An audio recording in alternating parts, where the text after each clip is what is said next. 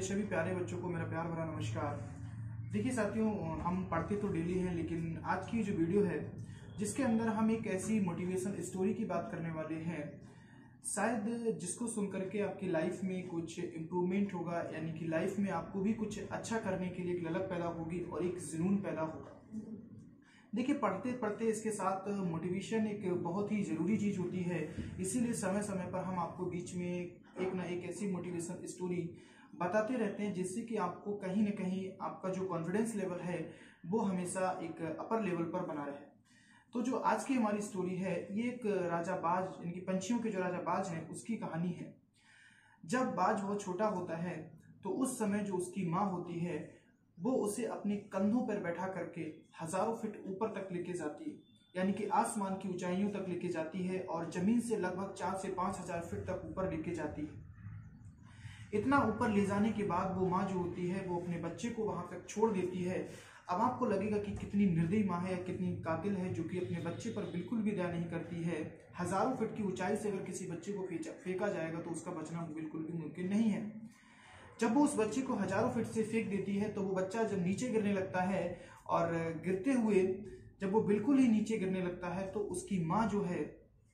वो क्या करती है, जैसे ही बच्चा गिरने वाला होता है, जमीन पर लगने वाला होता है, वही माँ अपने पंजों से उसको दोबारा से उड़ाती है, यानी कि दोबारा से उठा लेती है और फिर दोबारा से ऊपर लेके जाती है। क्योंकि उस माँ का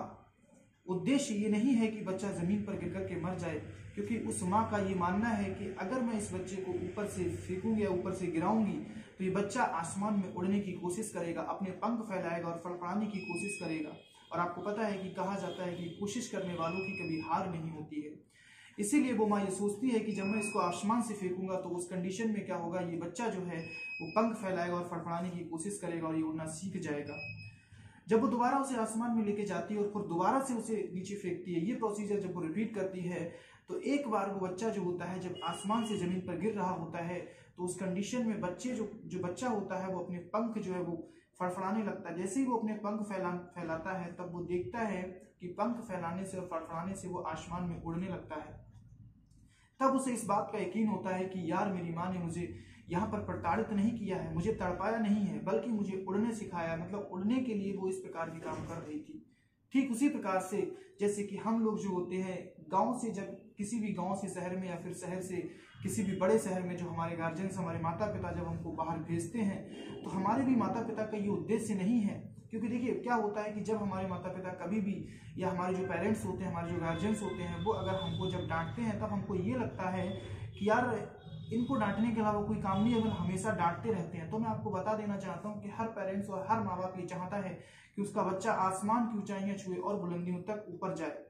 ठीक उसी प्रकार से जैसे उस बाज के बच्चे को उड़ाने के लिए उसकी माँ जो है वो प्रयास करती है, उसी प्रकार से हर एक माँ बाप। लेकिन हम लोगों के साथ क्या होता है कि जब हम शहर से आते हैं, मतलब गांव से या फिर शहर से निकल करके कहीं बाहर जाते हैं, तो यहाँ पर हम अपने माँ बाप के सपनों को छोड़ करके, यानी कि खुद के सपनों को भी छोड़ करके किसी और के साथ उड़ने में ही मजा लेने लगते हैं। यानी कहने का अर्थ है कि आपको भी पता होगा कि आज की डेट में क्या होता है कि स्टूडेंट का आधा जीवन ब्रेकअप और आधा जीवन ब्रेकअप में ही गुजर जाता है।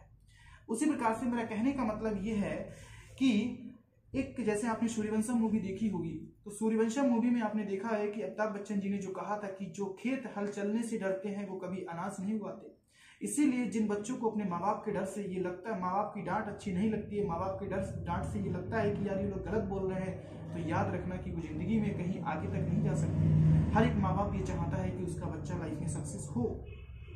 और देखिए, मैं सिर्फ इतना ही कहना चाहता हूँ, जो 20 साल से लेकर के और आपकी 25 से 26 साल तक की उम्र होती है, एज होती है, वो एक ऐसी एज होती है जिसे कहते हैं कैरियर मेकिंग, यानी कि वहां पर आप अपने कैरियर को अच्छे से बिल्डअप कर सकते हैं। अगर आपने 20 से 25 यानी कि 5 साल के अंदर अगर आपने मेहनत कर ली तो आगे आने वाले 40 साल आपके लिए कितने बेटर होंगे। यही एक हर माँ बाप सोचता है कि हमारा बच्चा इन 5 सालों में कुछ अच्छी ऊंचाइयों तक पहुंच सके। लेकिन क्या होता है कि हम किसी और चीज में ही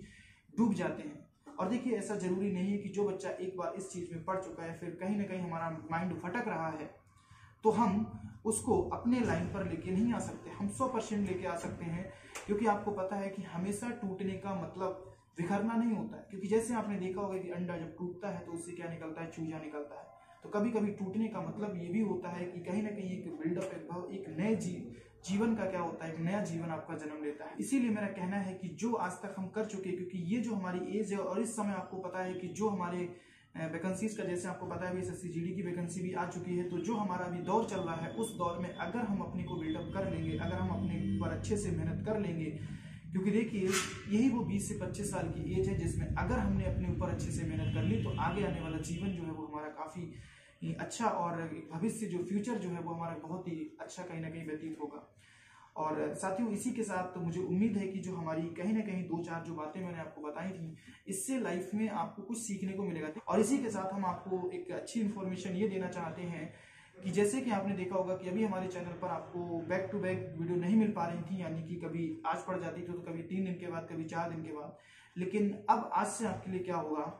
कि हमारी पर डे आपको मैथ की वीडियो, रीजनिंग की वीडियो, GS की वीडियो और हिंदी की वीडियो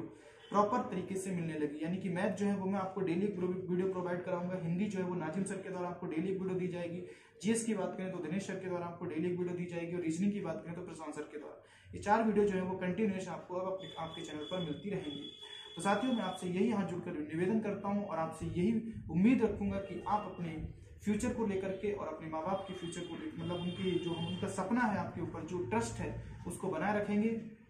और अच्छे से मेहनत करते जाइएगा, क्योंकि यही वो समय है जो अपने को अच्छे से बिल्डअप कर सकते हैं।